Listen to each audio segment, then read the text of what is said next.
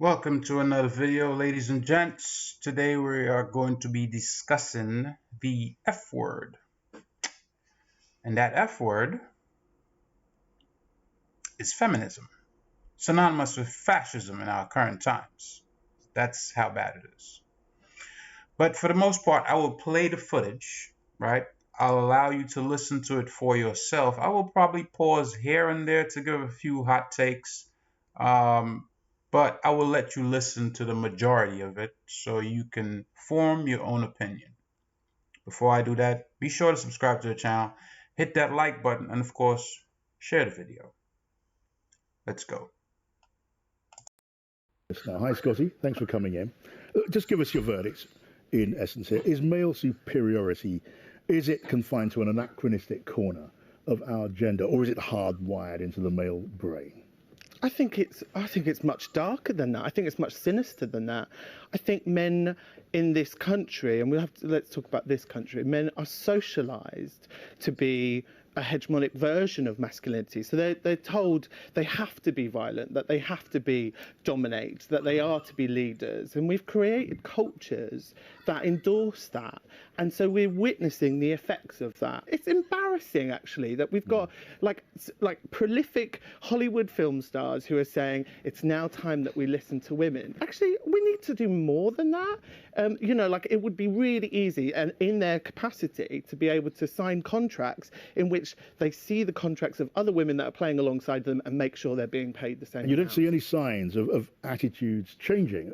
Is it a generational thing to any degree at all? I think it's far too simplistic. I think my daily experience as a big fat queer femme of like existing in this world is one of violence, of people taking photographs of me in public space, of trucks veering onto the road so people can shout out expletives at me, of having like every day having a series of being ridiculed. In fact, actually, I was on the phone to the non-emergency police line reporting a homophobic hate crime whilst another was taking place to me. That is how much I and other people like me have to deal with. You do what you do with your arts. Have you got anything else by way of a solution or the beginnings of an answer to how to make things better from your point of view?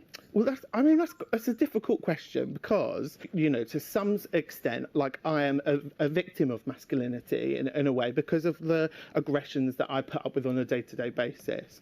Why is it that, like us, why is it like queer, trans, non-binary people, why is it us who's got to come up with the theories to be eloquent enough to be able to say, this is how we disable toxic masculinity?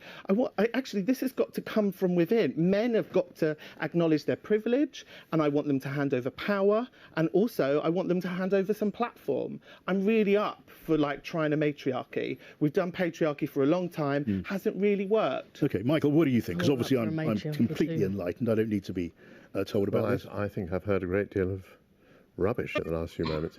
I mean, men are not trained to be dominant and violent. I was trained to obey a woman who was my leader, who was Margaret Thatcher. And in the present world, we have a female. Tories love to do that. We have a female queen. We have a female prime minister. A female queen, a woman who was unelected. We have a female first minister of Scotland. We have a female leader of the Conservative Party in Scotland. We have a female leader of the Labour Party in Scotland. I just don't recognise the picture you're painting at all. You don't recognise the misogynies that we're currently experiencing in the world. I can tell you. And You notice how this man did not speak while the chunky one was speaking. You let him have his time. The moderator went to him. Now he's setting flames to Chunky's facts, but he has a big problem with it. Everything he just spoke about is being destroyed, so now he has to retort instead of just allowing the man to speak and being civil. This is my problem with the left. You're uncivilized. If you bring out a fact, or what you call a fact, and it gets destroyed, then you have to deal with it. You don't have a choice. Don't present fiction as fact, and then when it gets burned to the ground, all of a sudden like, oh, but no, it's not really that, it's something else. And what is more, if there's one thing that has been remarkable about the last 20 years, it has been the emancipation of gay people. We now have gay marriage. We've had... Too much for him. We don't have gay marriage? No, we do have What do gay you say? marriage. But You're it's not like- saying... Okay, so I think I've heard enough, especially from him, because he's not allowing the other man to speak.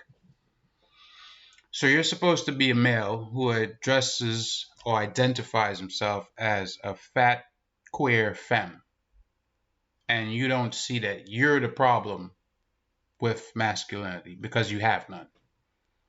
Right? You want them to hand over power and platform. So who are you talking about? You're really talking about the top 1% where you don't belong.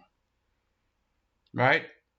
Obviously, you don't want to work for sanitation. You don't want to work cleaning the sewers. You don't want a man's job. Right? You don't want to be out there on the telephone post. Right? You don't want to be building buildings, working as a bricklayer, a mason. You don't want the hard and tough jobs. Not why? Because you're soft. You're like putty. You have the nerve to have the Superman curl, a clown shirt, high water pants. I don't know what kind of shoes those are. But then people are making fun of you. Well, maybe you could change your appearance. You want to dress that way? Do you have to be fat though? Do you have to be overweight? Can't you hit the gym? Can't you do some push-ups? Something? But it's another group of people who you think are oppressing you. Right? How do you even get to identify yourself of that as what you're calling yourself if you're being oppressed that much? How do you have the liberty to come out and say that?